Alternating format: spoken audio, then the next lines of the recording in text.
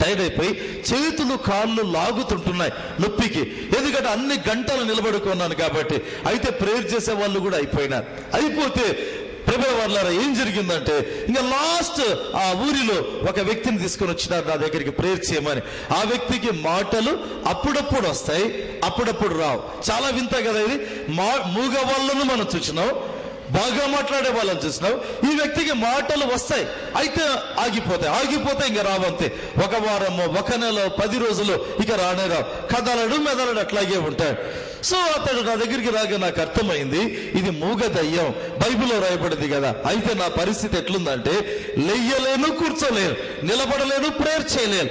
అప్పుడు నాకు అనిపించింది, వెనక ఒక బెంచి ఉంటే ఆ బెంచి మీద అలాగే కూలబడిపోయి నా చేత కాదు ప్రభువా అంటే, ఆత్మ నడిపించకపోతే ఒక వ్యక్తి ఏమైతాడు చెప్తున్నా, బెటర్ అ డెడ్ డాగ్ అని చెప్తున్నానండి. ఆ సమయంలో ప్రభు దగ్గర ప్రార్థన చేస్తే ప్రియమైన వారలారా, I saw the heaven open. పరలోకం తెరవబడ్డం నేను చూచిన. దేవుని దూత దిగి వచ్చినాడండి. వారి వేగము ప్రేమైన వారలారా కోట్ల కాంతి కిరణాల వేగం కంటే ఎక్కువ ఉంటుందండి. అసలు వర్ణించలేవు. ఎంత తక్కువ టైంలో ఎంత వేగములో వస్తారో తెలియదు మనకు. సో దిగి వచ్చి నాకెదురుగా నిలబడి చిరునవ్వుతో, ఇప్పుడు ఆజ్ఞాపించు, ఆ దయ్యం పారిపోతుంది అని పరిశుద్ధ దేవదూత మాట్లాడిన. ప్రియమైన వారలారా, at that time came the mighty Holy Spirit upon me. అప్పుడు వచ్చినటువంటి అభిషేకం ఎట్లంటే, బాగా ఒక 10 గంటలు నిద్రపోయిన తర్వాత లేచి ప్రేయర్ చేయమంటే ఎట్లా ప్రేయర్ చేస్తాం, ఫ్రెష్ గా ఉంటాం కదా, అట్లా తయారైపోయి మళ్ళీ అక్కడికి వెళ్ళి ఆజ్ఞాపిస్తే ఆ దయ్యం విడిచిపెట్టిపోయింది. నేను చెప్పే మాట ఏది, ఆత్మ ఒక వ్యక్తి మీదకి వస్తే ఆ పరిస్థితే వేరండి. ఆత్మ రాకపోతే, నేను ఆత్మను కలిగిన వ్యక్తిని కదా కాబట్టి నేను ఏదో మాట్లాడతాను అనుకుంటే కుదరదండి. అంత గొప్ప ప్రవక్త కూడా, ఎలీషా కూడా ఏమంటున్నాడు, వీణ వాయించే ఒకరిని తీసుకుని రండి. ఆ 3 రాజులు ఒకరి ముఖాలు ఒకరు చూసుకునిట, ఈ యుద్ధ రంగంలో వీణలు ఎక్కడ దొరుకుతాయి? అయితే ఎలీషా ఉద్దేశం, దేవుణ్ణి స్తుతించకపోతే ఆత్మను ఎట్లా ఇన్స్పైర్ చేస్తాడు, ఆత్మను ఎట్లా ప్రేరేపిస్తాడు? So I must be led by the Spirit of the Lord and the Holy Spirit will lead me only when I praise. కాబట్టి ఎంత సేపు పట్టిందో వీణ వాయించగల ఒక వ్యక్తిని తీసుకొని వచ్చినారు. Praise the lord. అప్పుడు ప్రేమైన వారలారా, దేవుని ఆత్మ ఎలీషా మీదకి వచ్చినాడు. Already he was a man filled with the double portion. అయినా కూడా ఆత్మ ఒక్కసారి యాక్టివేట్ అయినాడు. ఎప్పుడు పరిశుద్ధాత్మ దేవుడు యాక్టివేట్ అవుతాడు? నీవు దేవుణ్ణి స్తుతిస్తే యాక్టివేట్ అవుతాడు.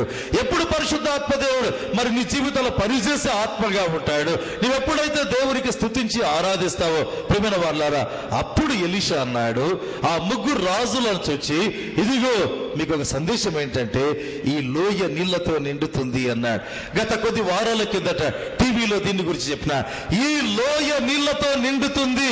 ప్రియమైనటువంటి వారలారా, తాగేదానికి చుక్క నీళ్లు లేవు, అయ్యో కటకట అంటుంటే పరిశుద్ధాత్మ దేవుని సందేశం ఏంటంటే, ఎవరు నమ్మలేనంత, ఎవరు కొలవలేనంత, ఎవరు వివరించలేనంత, ఎవరు అండర్స్టాండ్ చేసుకోలేనంత. అందుకే నీ జీవిత సమస్యలలో యేసుప్రభు దగ్గరికి రావాలా. ప్రభువాన్ని స్వరము నాకు వినిపించు. మనం అప్పుడప్పుడు పాడుతుంటాం, తుఫానులు కలిగి భయభీతులలో ఉండా నీకు తోడై ఉంటిని అనే స్వరము నేను విన్నాను. తుఫానులు నా జీవితంలో చెలరేగుతాయి, భయమును కలిగించే పరిస్థితులు చెలరేగుతాయి, దిగులు పడే పరిస్థితులు చెలరేగుతాయి. యేసు ప్రభువా అని ప్రార్థన చేస్తే ప్రభు యొక్క స్వరం నీకు వినిపిస్తుంది. ఏంటి ఆ స్వరం? ఫియర్ నాట్, భయపడవద్దు, అసలు దిగులు పడవద్దు అనేటువంటి స్వరం నీకు వినపడడం ప్రారంభిస్తుంది. దేవునికి స్తోత్రం చెల్లిద్దాం. పరిశుద్ధ గ్రంథంలో గమనిస్తే యోహాను సువార్త 11వ అధ్యాయం 23వ వచనాన్ని మనం చూద్దాం. యేసు, నీ సహోదరుడు మరలా లేచునని ఆమెతో చెప్పగా. ఎప్పుడు అండి ఈ సందేశం? యేసు ప్రభు మాటలు ఎట్లా ఉంటాయి చూడండి. ఎవరికి చెప్తుంటున్నాడు ఈ మాటలు? అప్పటికి వారి ఇంటిలో లాజరు చనిపోయి 4 రోజులైంది.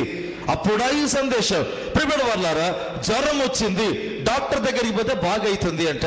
టైఫాయిడ్ వచ్చింది, ఓకే 7 రోజులకు 5 రోజులకు బాగైతుంది అంట.